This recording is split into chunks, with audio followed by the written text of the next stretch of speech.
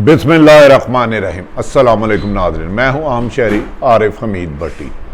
आज 20 जून लाहौर से अहम तरीन और इनसाइड ख़बरों के साथ आपके सामने हाजिर हूँ। नाज़रीन, हुकूमत पाकिस्तान वज़ीर-ए-आज़म इमरान खान और पाक फ़ौज की मकबूजा कश्मीर में बेहतर हिकमत अमली के बाद 2 साल जुल्म व सितम की पहाड़ ढाने वाला नरेंद्र मोदी आखिर गिड़गड़ाकर मज़ाकरात की टेबल पर आ गया। टूट रंग कहने वाला हाथ जोड़कर मज़ाकरात पर आ गया। क्या वो दिल से मज़ाकरात करना चाह रहा है या इसमें भी एक नई चाल है? यकीनन पाकिस्तान की हुकूमत और इस्टेब्लिशमेंट इससे आगाह है। नाज़रीन, आप जानते हैं कि पाकिस्तान ने मकबूजा कश्मीर हमारी शाहराग है, कश्मीर बनेगा पाकिस्तान, हम बचपन से ये नारा लगाया। लेकिन बदकिस्मती के 5 अगस्त 2019 को नरेंद्र मोदी ने वहशियाना तरीके से भारत में जदीद तरीन असले से 8 लाख फौज के जरिए वहां 370A और 35A का नफाज कर दिया, जिस पर लातादाद हजारों लोगों को शहीद किया गया। बुजुर्गों को, बच्चों को, माओं को, बहनों को, बेटियों को, दादे को, परदादे को, नवासे को, पोते को। और इस पर पाकिस्तान की फौज ने दुनिया भर में इस पर आवाज उठाई और इस दुनिया की सतह पर इसको उठाया गया कि भारत ने मकबूजा कश्मीर को में वादी को, जो हुसन की आबादी थी, हुसन उसको लाशों और खून की आबादी बना दिया है। मोदी बाजिद था कि मकबूजा कश्मीर उनका टूट हंग है और इस सिलसिले में पाकिस्तान ने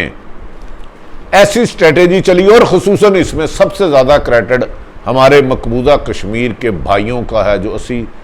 लाख के करीब वहाँ हैं, जिन्होंने बेपनाह कुर्बानियाँ दी। आज अगर मोदी मज़ाकरात की टेबल पर आया है और उसकी फतह उसके गले की हड्डी बन गई है, उससे बात नहीं करने जा रही, ना सिर्फ नरेंद्र मोदी की हुकूमत बल्कि भारतीय फौज भी इस नतीजे पर पहुंची है कि जुल्म सितम, जबर, नाइंसाफी, कत्लो गारत से मकबूजा कश्मीर में अमन नहीं आ सकता। 2 साल हमने जुल्म की इंतहा कर दी। इस पर बैनुल अक़वामी यूएनओ को मीडिया भी आया, Washington post, American today, India के भारत, दुनिया के अखबारात ने, दुनिया के बड़े बड़े सफारत की सतह पर मकबूजा कश्मीर में भारतीय दरिंदगी को उजागर किया गया। उन पर केमिकल वेपन फेंके गए, लेकिन उनकी लोगों ने हिम्मत नहीं आ रही। और पाकिस्तान ने वज़ीर-ए-आज़म इमरान खान ने कहा था कि मैं मकबूजा कश्मीर का वज़ीर बन के इसकी जदोजहद लड़ूंगा। नाज़रीन, नरेंद्र मोदी ने इस दौरान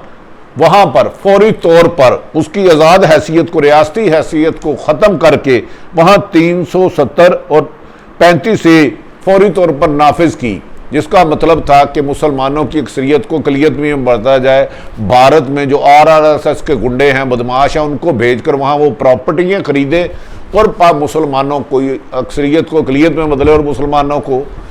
हिंदुओं को या इंतहा पसंदों को, RSS गुंडों को अक्सरियत ला के इलेक्शन करवाए जाए। लेकिन मकबूजा कश्मीर में एक दिन भी अमन नहीं हुआ। 1.5-2 साल से वहाँ कर्फ्यू लगा हुआ है, हर घर मातम कदा है। लेकिन मकबूजा कश्मीर के अवाम के हौसले नहीं पस हुए। पाकिस्तान ने अपने अखलाकी और जितनी जादोजहद कर सकता था कि शायद इससे ज़्यादा करनी चाहिए थी। नाज़रीन, बिलाखिर नरेंद्र मोदी ने जब उसके अपने भारत में कोरोना वायरस की वजह से इकानमी ज़मीन बोझ हो गई,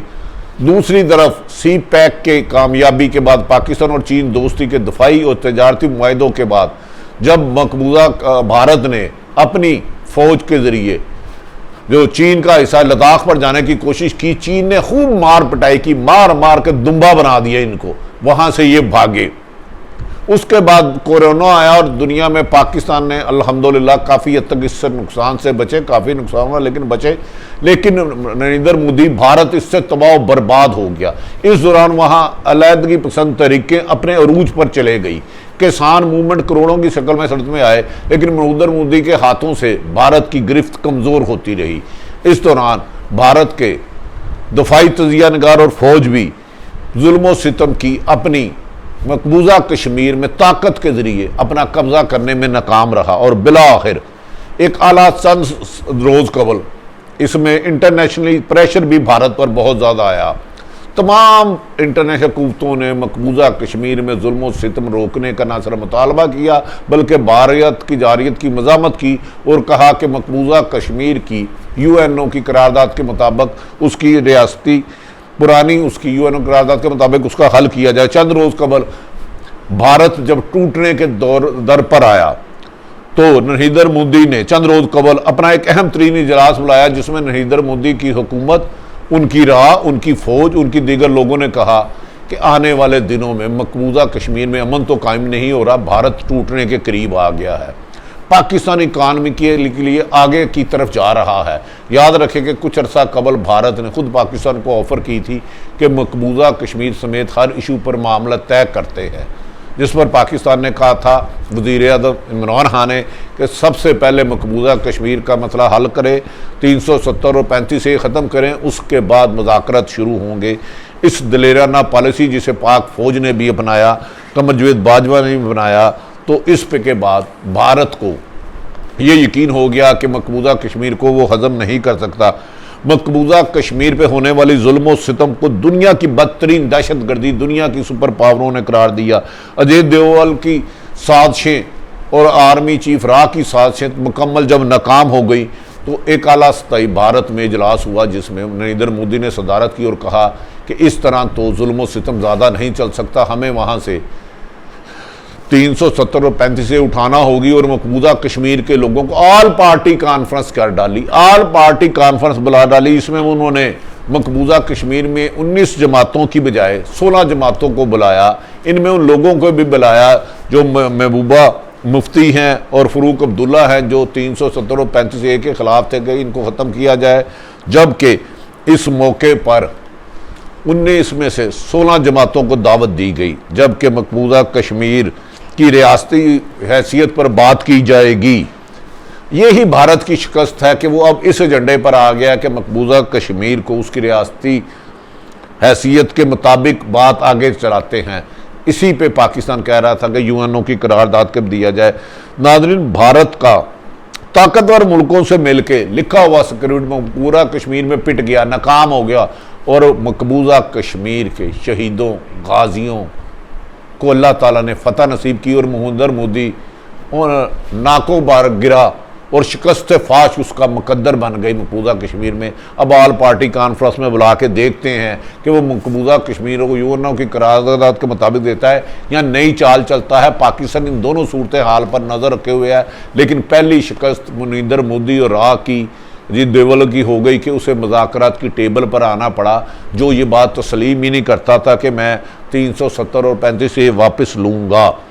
नाज़रीन, भारत ने ताकतवर का जो स्क्रिप्ट पीटा है उसके बाद वो सटिया गया है और नरेंद्र मोदी को खुद भारत में बहुत ज़्यादा तनकीद का सामना करना पड़ा है। एक तो मकबूजा कश्मीर में उसने 8-9 लाख फौज लगा दी, वहाँ लेटेस्ट जदीद खरबों रुपए का असला लगाया, लेकिन भारत में अमन कायम नहीं हुआ। लद्दाख में चीन के हाथों मार पड़ी, कोरोना में वो कोरोना वायरस में उसकी पॉलिसियाँ बिल्कुल नाकाम हुई और अल्लाह रहम करे इतनी उधर हलाकतें हुई, इतनी हलाकतें हुई कि कब्रिस्तान ख़त्म हो गए दफनाने के लिए और शमशाद घाट अस्पतालों के बाद शमशाद घाट बना के ज़िंदा इंसानों को जलाया गया और इकानमी उनकी ज़मीन बोझ हो गई और भारत का अगला बजट पेश होना भी बज़ाहिर नामुमकिन है। कहा जा रहा है आहट डर के, हार के, हिम्मत हार के, शिकस्त तस्लीम करके नरेंद्र मोदी ने मकबूजा कश्मीर की 16 जमातों को बुलाया, जिनमें से 9 जमातों ने हामी भर ली गई है। इस सिलसिले में इंडिया टुडे से लेकर BBC और दुनिया ज़राए अबलाग मान गई है कि भारत ने मकबूजा कश्मीर के मुजाहिदीन के आगे सिलेंडर हो गया और हार मान लिया और टेबल पे आके इस मसाइल को हल करना चाह रहा है, लेकिन ताहम उसका माजी भी मकार की तरह, वो सांप की तरह मुख्तलिफ शक्लें बदलता है। सांप 100 साल बदलता है, लेकिन भारत हर लम्हे अपनी शक्ल बदलता है। देखते हैं कि इस टेबल पे जो पिछले दिनों हुई उसमें भारत की राह मोदी तमाम दफाई तजज़िया ने इस बात पर ही समझा कि इसे मुज़ाकरा से हल किया जाए। इस मौके पर हुर्रियत लीडर पसंदों को नहीं बुलाया गया, लेकिन उन्होंने कहा कि हम जेलों में भी रह के अपना मिशन जारी रखेंगे और मकबूजा कश्मीर की एक औरत, एक बुजुर्ग, एक बच्चा, एक जवान उस वक्त तक जद्दोजहद कर रहेगा जब तक यूएन मकबूजा कश्मीर को वहाँ की राय के मुताबिक इंडिपेंडेंट हैसियत नहीं दी जाती। भारत की ये नाकामी के बाद पूरी दुनिया ने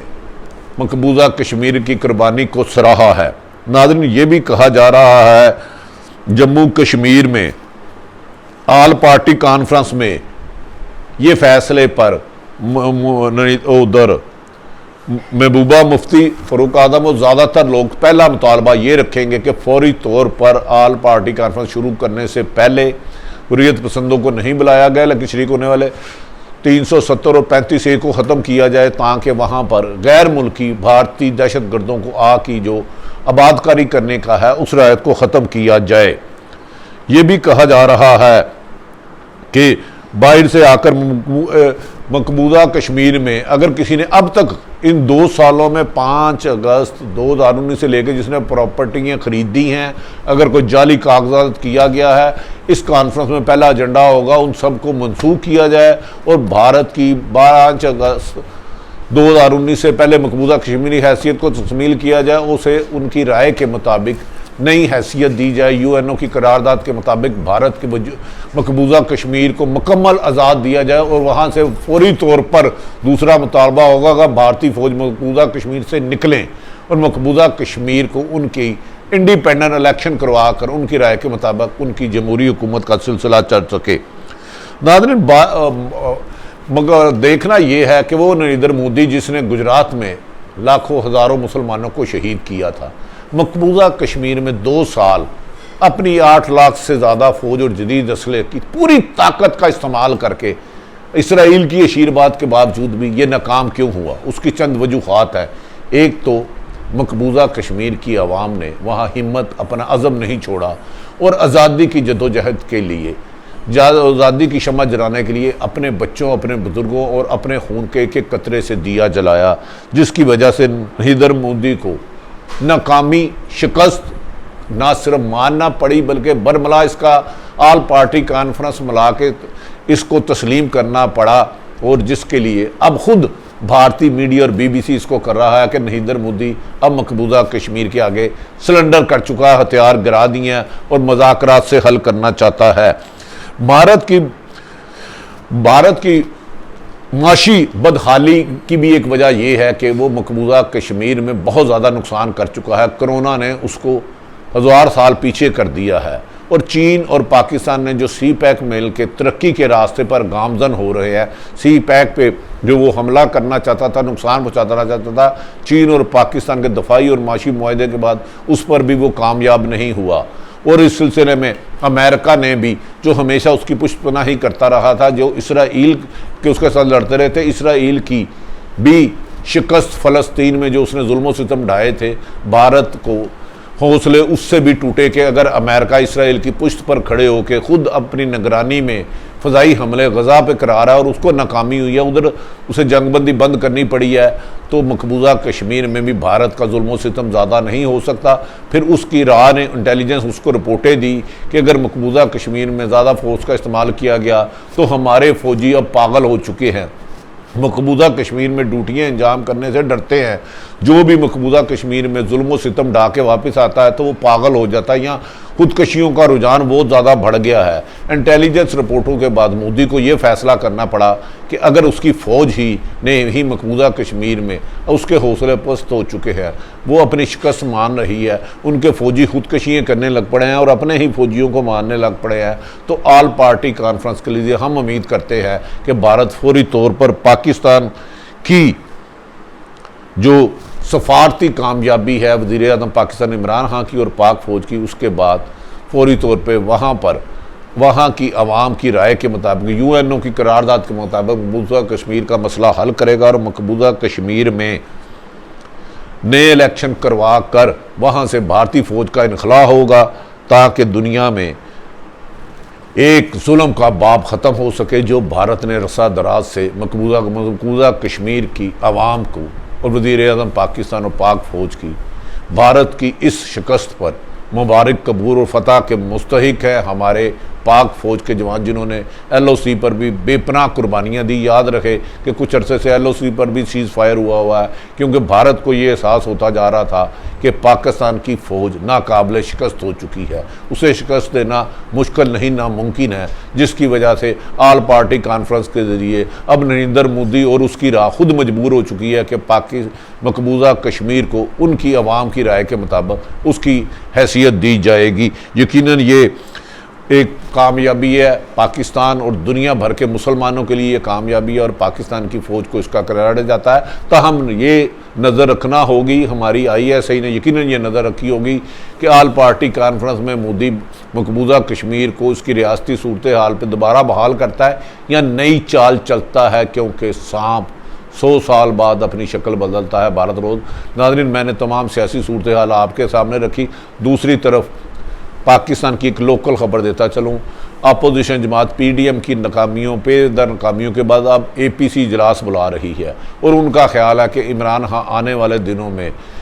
बजट की कामयाबी के बाद एहतसाब के अमल को शफाफ और तेज़ करेगा, और पीपल्स पार्टी और नून लीग की अहम अफराद न सिर्फ गिरफ्तार होंगे कि रिकवरी का भी अमल शुरू हो सकता है। नाज़रीन, आरिफ हमीद भट्टी ने तमाम इंटरनेशनल और पाकिस्तान की सियासी सूरत हाल आपके सामने रखी। अपने इर्द गिर्द रहने वालों की खुशियों का ख्याल रखें। पाकिस्तान जिंदाबाद।